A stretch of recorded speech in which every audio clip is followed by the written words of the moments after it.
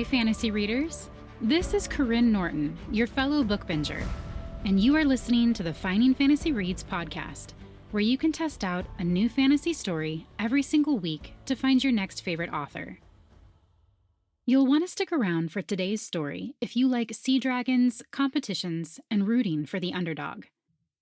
It's written by Kez Sharrow, who belongs to the tribe of the uprooted and transplanted, those who live between cultures. And because of that, she writes stories of travelers in fantasy worlds. By day, she dabbles in the alchemy of human transformation as a leadership coach in Wuhan. Early mornings and weekends, she creates worlds out of smoke and dragon's breath. Today's narrator is Paeter Frandsen, host of Christian Geek Central. Stick around to the end or check out today's show notes to see where you can find more from both the author and the narrator. For now, please enjoy Sharni's Writer by Kez Sharrow.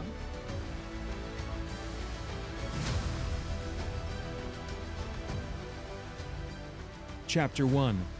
Under the Pier. Blake crouched under the pier, shivering. When would the sea dragon get here? Waves slapped restlessly against the rotting pylons. Their dank seaweed smell filled Blake's nose as he squinted at the bright waves. Ma had seen one once, far out in the bay. Its scales glowed like embers in the sunset, she'd said. Blake rubbed his gritty eyes. Maybe today he'd get to see for himself. The rider's footsteps rattled boards overhead, and bare feet pattered behind him. Blake's breath caught. Sounded like half the village was following him, the younger half anyways. Blake crouched deeper in the shadows. With the thrill of a real sea dragon rider in the village, no one would make trouble for him today, he hoped. "Take me! I'd make a great rider!" One of the kids jumped up and down. "You're too little, Thim. Not as strong as me." Zeusel was strong, all right. Blake's skinny arms, wrapped around the barnacled pylon, were bruising up good and purple from the tussle last night. Blake hadn't been strong enough to fight him off, and the yabbies he'd spent all night gathering went home with Zeusel, while Blake went back under the pier with an empty belly. But he'd gotten something better. Something that struck a fire in his belly that no hunger could dampen. Zeusel had boasted about the sea dragon rider who'd come to choose a lad to apprentice, and how he'd talked longest with Zeusel. Today the rider would take the chosen boy away on his sea dragon. A sea dragon, coming here, today. The rider paused right above Blake. Through a hole in the wood, Blake saw his brown feet and the bottom of his shark-hide breeches.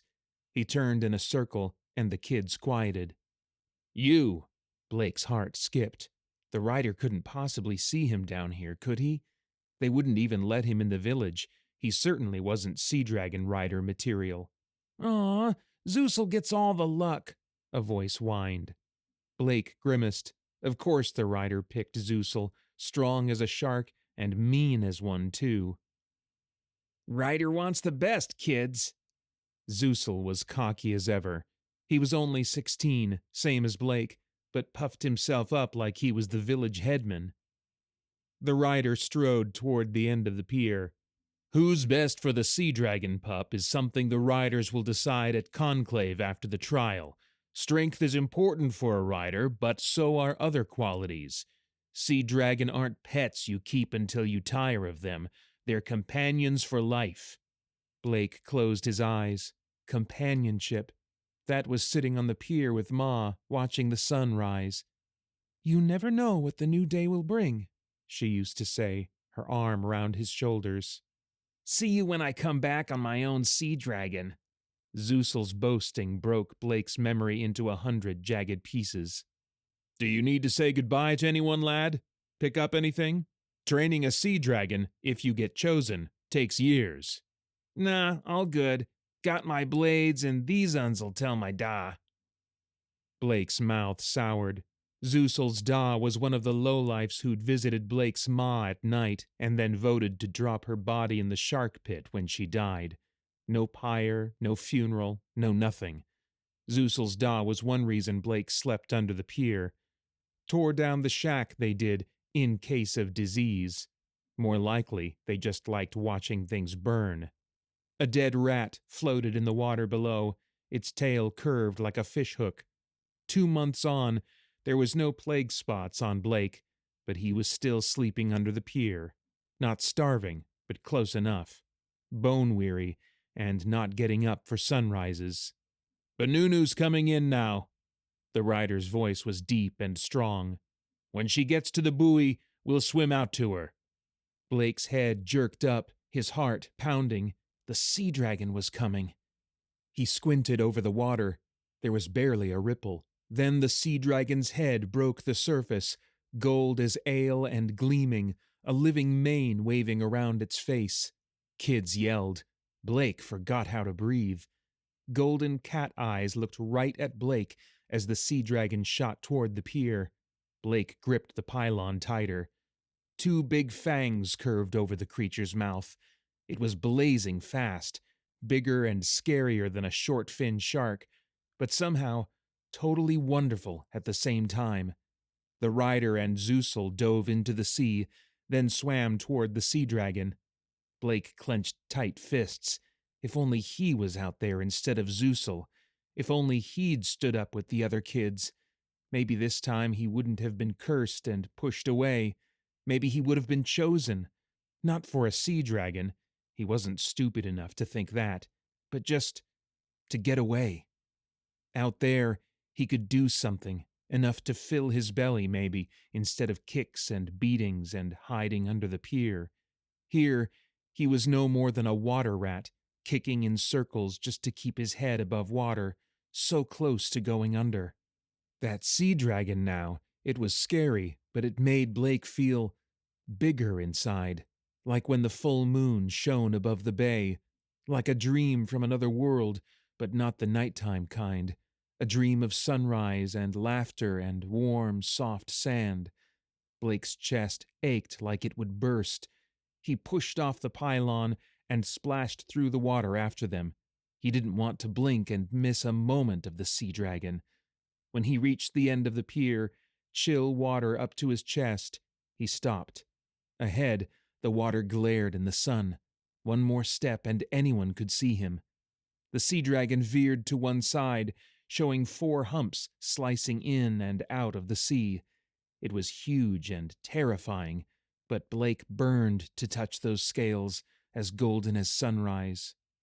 "You never know what the new day will bring," Ma's voice played in his mind. He dove. The shouts of the kids were drowned by the churn of the waves as he swam desperately away from the pier. Get to the sea dragon. The desire filled every scrawny, aching fiber. It was farther out than he'd thought. His arms felt limp as jellyfish, but he kept swimming. He hadn't eaten since yesterday, except a bit of seaweed and some oysters cracked open with a rock. A wave splashed over him. He blinked, eyes stinging with salt. Ahead, the rider grabbed an outstretched tendril from the dragon's mane and pulled himself onto its curved neck. Zeusel was a man's length behind, but the sea dragon swam in front of him, its humps going up and down in the sea. Blake pushed his tired arms faster. He was within shouting distance, but all his breath was taken with swimming. Nearly there. The rider reached down and hauled Zeusel up. Blake tried to swim faster, but his arms wouldn't do it. The sea dragon turned toward the open ocean. Blake stopped swimming. His tired legs stopped kicking, and he began to sink. Something flicked against his arm. He grabbed it instinctively, and it pulled him down. His nose filled with water as he gasped for a breath, but he held on. His eyes sprang open, burning in the salty sea.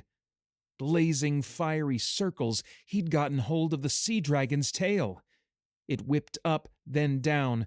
When it flipped to the surface, Blake sucked in a breath and went under again. His hands clamped tight and his face pressed against slippery, smooth scales. He slid his hands up to get more of the tail under him. He straddled it and held on for dear life as it flipped up and down again. If he could somehow pull himself up toward its head. Blazes!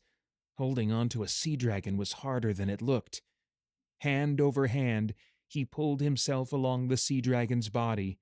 It was slick as snakeskin mostly, but some nubs and bumps gave his desperate fingers something to cling to. His chest felt tight, his lungs ready to burst. Then he burst out of the water for a gulp of air before the dragon's motion pulled him under again. The next time Blake broke the surface, the rider was looking over his shoulder at him.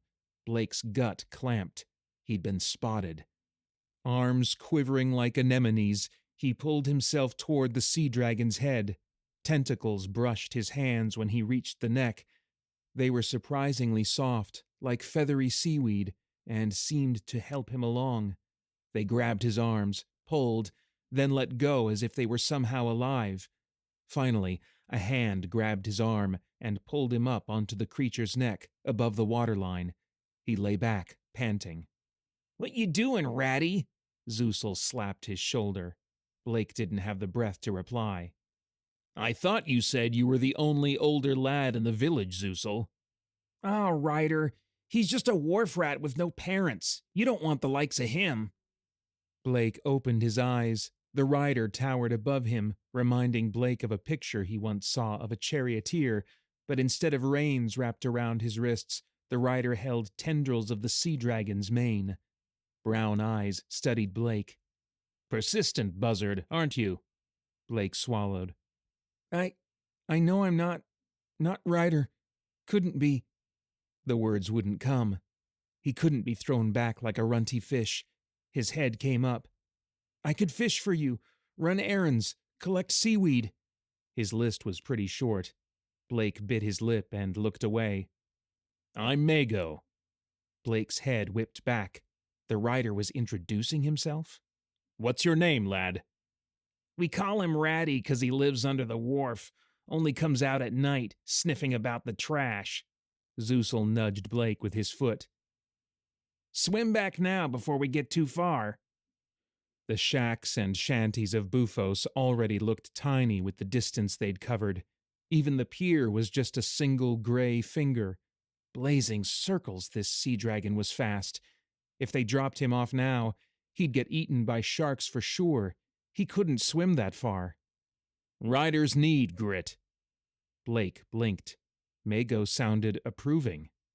"You're not taking him, too?"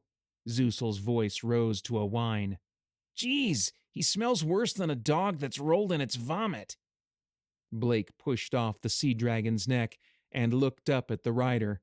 For once, the words came out clear. "You won't be sorry."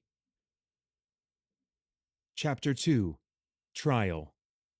Blake's shoulders and arms were sunburned and sore by the time land came in sight. "Righty-o, off you get." Mago dove into the sea. Zeusel and Blake splashed in behind him. The cool water felt good on Blake's skin. Blake's feet found sand, and he looked at the beach. Blazing circles. The whole flaming rider village had come out to gawk at them. Tall, brown, and muscly, they were all decked out in proper woven tunics and breeches. Blake's cheeks heated. His ribs showed clearly, every one of them, on his bare chest, and what was left of his breeches were ripped and wet through, hardly hiding anything. He stared at the sand and wished for a dark hole to crawl into. "2 new scalers? Beaut! And just in time, too. Lalia's begun to pup." Blake's head shot up at the excitement in the man's voice. He was maybe 18 summers, only a couple of years older than Blake, and his blue eyes sparked as he greeted Mago. Blond and muscled, he wore sharkskin breeches like Mago and a hat. A large sea dragon tooth hung on a cord over his chest. "No time to lose, then." Mago rummaged in a sharkskin bag and pulled out 2 shells. No, they were sea dragon scales, strung on leather cords. "Jabnet, include these 2 with the others in the trial today. Tonight at Conclave we'll decide which one enters the water tomorrow with Lalia's pup." He held out the scales toward Zeusel, and Blake's mouth fell open. "Me? Sea dragon pup?" Zeusel snatched up a scale. "There's a trial, stupid. You don't stand a chance." Blake swallowed and reached for the other scale. It was nearly see-through, with a golden shine. He stroked it with his thumb and felt tiny lines like ripples in sand. "Is it from her?" he asked, jerking his head toward the ocean. Mago nodded. "Aye, it's Benunu's. See that you do her proud, lad." He strode into the water toward the sea dragon. Benunu.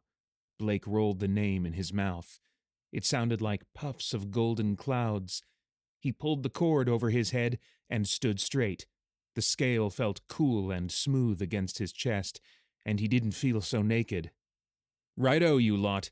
There's not much time, so look sharp. Trial's simple enough. You get yourself to the western shore of Ryder's Isle. Sunrise tomorrow, we'll decide which one of you can enter the water and bond with the pup." Blake froze, his eyes wide. Bond with the pup. The sea dragon pup. He had a chance to bond with a sea dragon pup. It felt as impossible and fine as touching the puffy clouds high above them. "Old windskiffs are over there." Jabnett nodded to boards and sailcloth piled up against an upturned boat. "Pick what you want, fix it up however's needed, and sail over to Ryder's Isle. We'll be watching to see who gets there first and to see how you get there." Blake's heart sank. Fix a windskiff? He'd never even ridden one. "Everyone's starting at a different place. Some of you been in scalar training for months, some just got here." Jabnett's gaze grazed Blake's. Blake dropped his eyes. "Everyone's good at some things, weak at others. How you handle it is what we're watching." He grinned. "And how fast you are, of course. We riders are all about speed." Zeusel crossed his arms. "Where's Ryder's Isle?" A tall brown girl giggled, and the boy beside her pointed over the ocean. "Right over there. It's where the pup'll be in the water tomorrow." Blake shaded his eyes with a hand. Too far to swim. The isle glowed a deep green, with a strip of beach gleaming in the hazy distance. Blake looked back at the pile of boards. The others were already rooting through, pulling out poles, rope, and sails. Zeusel and the kids at Bufos sometimes went out on windskiffs, but Blake had never even touched one. He'd been much more interested in finding food. "Oi, I got that first!" Zeusel yanked a pole away from a pimply boy whose stringy dark hair fell over his eyes. "Get off with you, you mangy outsider!" The boy grabbed at the pole, but Zeusel sank a fist into his gut. The boy bent over, releasing the pole and wheezing. "Leave him alone, you! Barnacle, make him leave Kelpie alone." The girl put her hands on her hips and glared at Zeusel. "All right, settle down, the lot of you." Jabnett frowned at them. "Are you scalers or flaming toddlers? Atha and Barnacle, you got your stuff, now off with you. Kelpie, get yours and clear out. New scalers." Jabnett paused. "What are your names?" "I'm Zeusel." Jabnett looked at Blake, whose mouth suddenly went dry. He's called Ratty," Zeusel smirked. Atha giggled. Blake blushed and looked at the sand. After a moment, Jabnett said, "Whatever. Get your stuff and start over there." Blake waited with clenched fists and hot cheeks until everyone had picked through the pile and moved away. Then he took a deep breath and went to see what was left. Chapter 3. Windskiff. His windskiff didn't look right. Blake snuck a glance at the one Atha and Barnacle were carting down to the water. Their boom stuck out like a tree branch from the main mast. Blake's sort of drooped down. If the sail didn't work, maybe he could lie on the board and paddle it across with his hands. He blew out a breath. Nah, he'd never beat the waves. Sweat stung his eyes, and the skin on the back of his neck burned. As the sun sank lower, his spirits sank too. Less time to get across to the pup. For once he didn't welcome the dark. Not if he was still over here, with that sea dragon pup out of reach. That thought burned in his chest like a hot coal, and he turned back to the windskiff. "Boom's too droopy."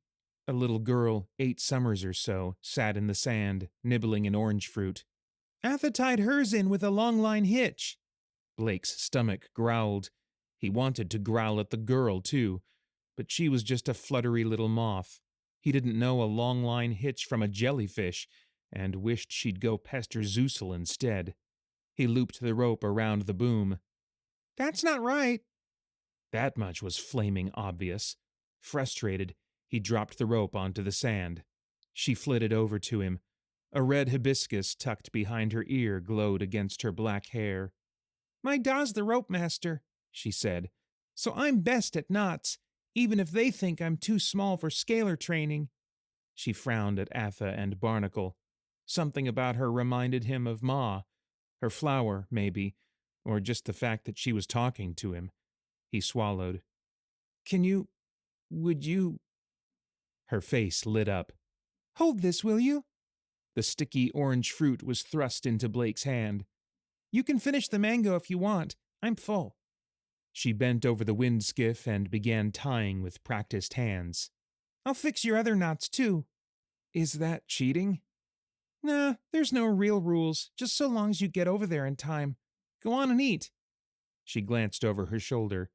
I never saw anyone as skinny and pink as you. Mango, was it? After the first taste of its soft sweetness, he tore into it eagerly. He gulped mouthfuls and felt it dripping down his chin and fingers. In moments, he licked it to the seed. His gut, newly awakened, growled for more. Shell's right. Jabnet's voice startled Blake. He jumped away by instinct, but no blow came. He put his sticky fingers behind his back, glad he'd eaten the mango before whatever punishment was to come. You're pretty red, lad, and you're going to be hurting tonight if you don't get out of the sun. Blake stared at Jabnet. I need to. The others. He looked over at the aisle. Atha and Barnacle were halfway there, standing close together on one flying wind skiff. Atha's hair streamed out as the sail puffed with wind. Kelpie was pushing his out into deeper waters. Jabnet followed Blake's gaze.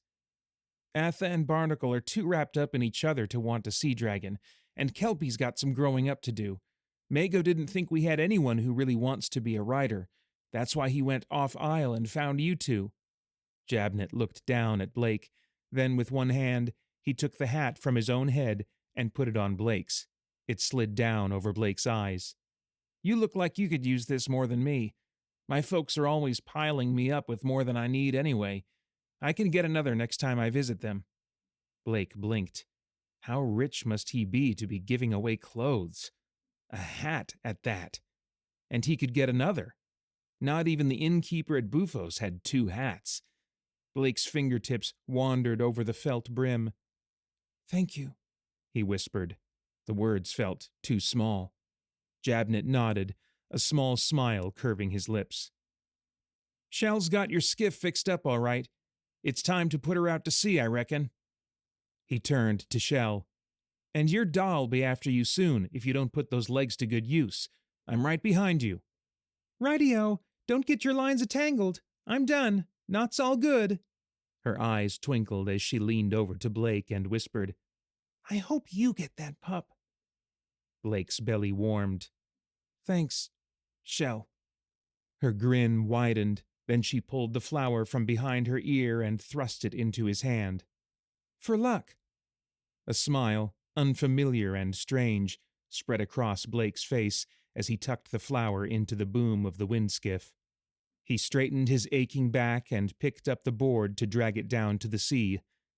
The hat brim shaded his eyes from the glare, and the breeze soothed his hot cheeks. He licked his lips and tasted the sweetness of mango.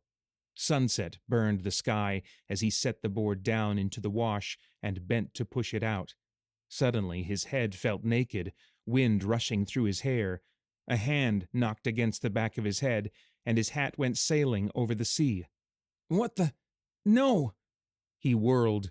Zeusel smirked at him. Rats don't wear hats. His beady eyes narrowed. Don't get sea dragons, neither. Blake didn't see more than a flash of a steel blade. Then the sailcloth slithered down. As Zeusel moved away from Blake's windskiff, the bottom part of the sail flopped into the water. It looked like a mouth open in shock. Zeusel's laugh floated back as he pushed his windskiff into the water. You should have stayed under the pier, wharf rat. Blake stared at the windskiff, then at the empty beach, the sun slowly drowning under the horizon. A weight in his belly felt like the stones they put in the sacks to drown kittens. If only there was a dark, slimy pier, he'd crawl under it. Chapter 4. Night Ride. In the night chill, Blake tried to stop his hands trembling, at least enough to pull the last stitch through and tie it off. His knees pressed into cold, wet sand, and wind chilled his sunburned back. Lucky he was used to the dark. His eyes were as good as a rat's at working out shadows in the moonlight. He'd found twine in Jabnet's pile and a rusty needle in an old stinky shack not far from the beach. He wasn't much of a hand at sewing, but it just had to hold together long enough to get him across the bay. He daren't mess with Shell's knots to replace the whole sail. Letting out a breath, he stood. Smoke rose from the cook fires in the village, and the air tasted of grilled bluefins. Someone was playing lyre and drum. It was sort of friendly sounding, but he'd learned long ago that fires and music weren't for the likes of him. He turned his back to it, picked up his board, and walked into the ocean. Old Man Moon glowered down from the sky, lighting a white glittering path. Blake dragged the board behind him and waded out into the waves. He shook harder as the chill hit his legs, thighs, belly. Teeth chattering, he pulled himself up onto the board. It quivered, and he clung to the rough wood. He had to stand up and pull up the sail. That's how they'd done it. He squatted, hands gripping the board. Then he gingerly stood, the wind raising bumps on his arms. He leaned out and pulled on the boom. It was heavier than he expected. Grunting, he finally got it up. He grabbed it tight as the sail filled and the wind skiff skipped through the water. He'd done it. He was sailing. Wind and spray misted his face as he sailed the wind skiff over the bay. After a few moments, he began to frown. The isle wasn't coming closer. He was heading out to sea. Blazes! He jerked the boom back to change direction and nearly fell off as the sail lost its puff and the wind skiff stopped moving. How in all the fiery circles was he supposed to get the wind skiff to go toward the island? He lifted the boom a little to allow the sail to catch the wind, and when the board started to skip forward over the waves, he pulled the boom gently. It stirred. He was sort of heading toward the island, not the strip of beach, but the rocks at the headland. He leaned back against the pull of the sail and let the wind blow him along. As he drew closer, he saw the red glow of a fire on the beach and silhouettes around it. That must be the riders at their conclave, talking about which scaler to pick for the pup. Blake lifted his face to the starry heavens. Please let them pick me, he prayed for the impossible miracle. The wind skiff sped past the riders' fire. Blake held on until he realized the wind was driving him toward the rocks. He pulled the sail around. Now he was heading out to sea again. He was going to miss the island altogether. Blazing circles. No rules, just get there, Shell had said. He dropped the sail and jumped into the water. Waves slapped over him as he swam for shore, and there was a wicked pull underneath. He kicked close to the surface to get clear of it and saw jagged rocks ahead. A wave thundered against them. Blake shuddered. He swam, his tired arms losing strength when he realized the current was taking him toward the rocks. Fast. He'd get smashed, die in the dark before the dawn. He wouldn't get to see the sea dragon pup. He had to see that pup. Help! His voice sounded thin, hardly rising above the crash of the waves on rocks. The riders were too far away to hear him. A wave crashed over him, and he was sucked under and turned over. His nose burned, and his mouth filled with water. He flipped in the undertow until he couldn't figure out which way was up. Salt water choked him. He couldn't breathe. Panic clawed at him. His lungs burned. He fought frantically to get to the surface, but everything swirled and tossed. He was drowning. A drowned rat, just like Zeusel always said. Something smooth and hard slid along his side, and a whisper of concern echoed in his head. He grabbed what felt like a tail and was pulled up. He gulped in air when he broke the surface and let himself be pulled forward through the current, around the rocks, and out to sea. Wondering, he pulled himself hand over hand onto a sea dragon for the second time in one day. This one had just one little hump that wriggled in and out of the water. There was barely room enough on its neck for both of Blake's feet. Its scales gleamed pale green in the moonlight. He grasped a handful of the feathery tendrils of its mane and tried to stand like Mago had, like a charioteer. "Are you all right?" The voice was warm as chowder, and he jerked upright and looked around. "Who said that?" There was no one around. "I'm Sharni, Rider." Shocked, Blake dropped the tendrils. The sea dragon wriggled and Blake fell off. These waters were warmer and his feet hit sand. He pushed himself up to his feet. The shimmering green creature swam back and forth, wriggling like a tadpole. She was worried, he realized. Her eyes were the deep green of seaweed, but it wasn't just the eyes that told him how she felt. Blazing fiery circles below. The sea dragon was talking to him. His mind was flooded with her warmth. "Ryder, will you be all right? I need to go back to Mama. Can you make it to the beach?" Blake swallowed. Yes. Sharni." The little sea dragon flipped around and swam out into the moonlight. Blake watched until she dove, leaving a ripple of moonlight. Sharni. The name tasted like hot sweet rolls and soft blankets, a home he'd never known. He turned to wade toward the beach, his body shivering but his chest warm. As he trudged up the sand, a shadow broke from the rocks. A moment later, all the breath left him as he was pushed onto his back on the sand. Zeusel's heavy weight pinned him. Rank garlic breath blew in his face. "Rats might be able to swim, but no way will they get a sea dragon." Pain exploded in his eye, then a fist slammed into his jaw. "You cheater! Can't ride a sea dragon before they choose you." "She was helping me get to shore," he wheezed, tasting blood. He struggled up. Had to make it to the riders. Had to get the pup. "Well, that's as far as you're getting, rat." Zeusel grabbed the scale, and the cord bit into Blake's neck as Zeusel jerked it forward. He heard the sickening crunch of the scale in Zeusel's fist, and his heart plummeted into his gut. Zeusel's other fist hit Blake's head, and everything went black. Chapter 5.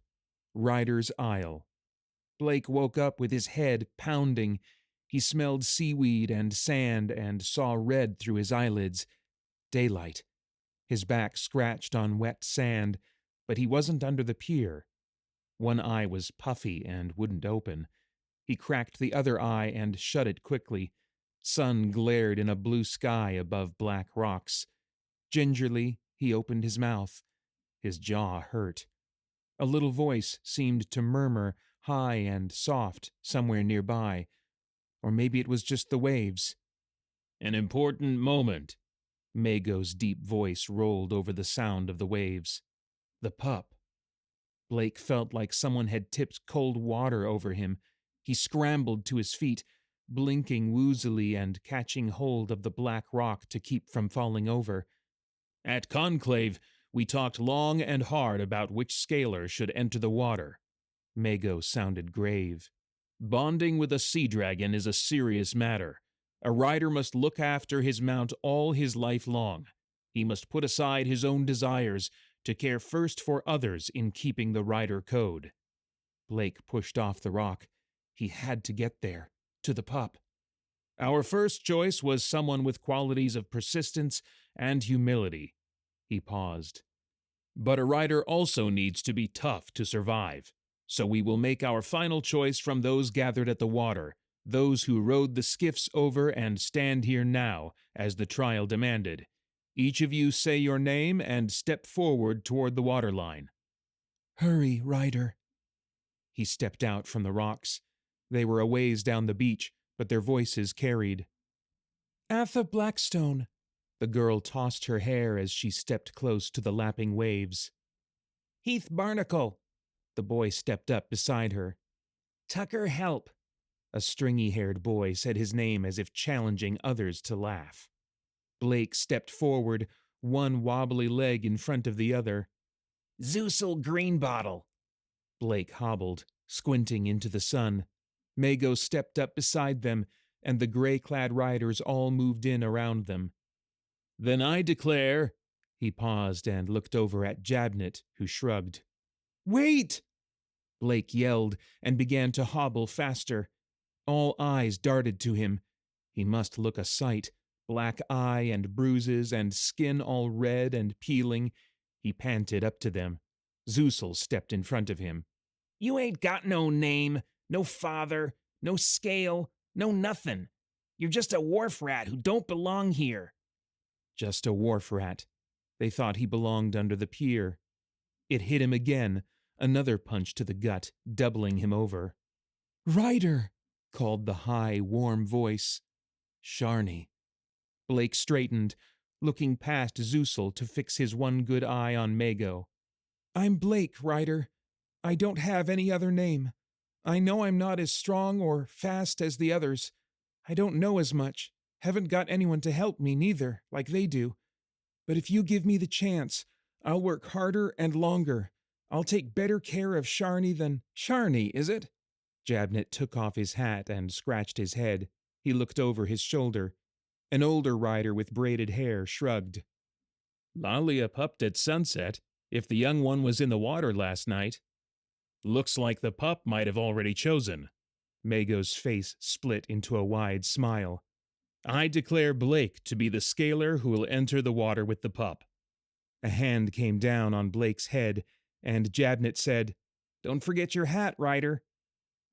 The felt hat settled on Blake's forehead like a crown. He's no rider, nothing but a bit of rubbish. Blake took a step forward into the cool, clear wash. Out under the morning sun, the ocean sparkled, and sea dragons played. Their humps danced in and out of the water, dazzling him with their shimmering rainbow like an abalone shell.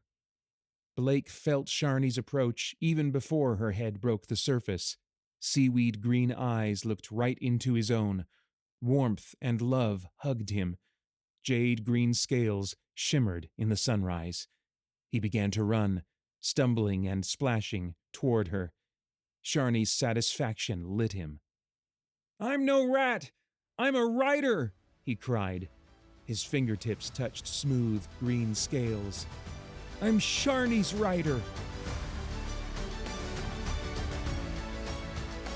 I hope you enjoyed listening to Sharni's Rider by Kez Sharrow, narrated by Paeter Frandsen of Christian Geek Central. If you want to read more by Kez, go to kezsharrow.com to find more of her books. If you enjoyed this story in particular, you can snag a free ebook copy of it on her website. But you can also catch up with Blake and Sharni 25 years later in her debut novel, Dragon Ripples. If you enjoyed listening to Paeter narrate the story, you might also enjoy listening to his audio dramas at spiritblade.com or his podcast, Christian Geek Central, where he discusses movies, video games, and all things enjoyed by self-proclaimed geeks from a Christian worldview. Have you shared the podcast with a fantasy-loving friend yet? If not, you're not much of a friend. That sounded good when I wrote it out to say it, but now it sounds super mean. But the point is, we have over 100 episodes full of fantasy stories, and a good friend would share that with other readers in their life. I have links in the show notes to make sharing easy, and I'll also have links for all the other sites I mentioned. Thanks so much for listening, and happy reading.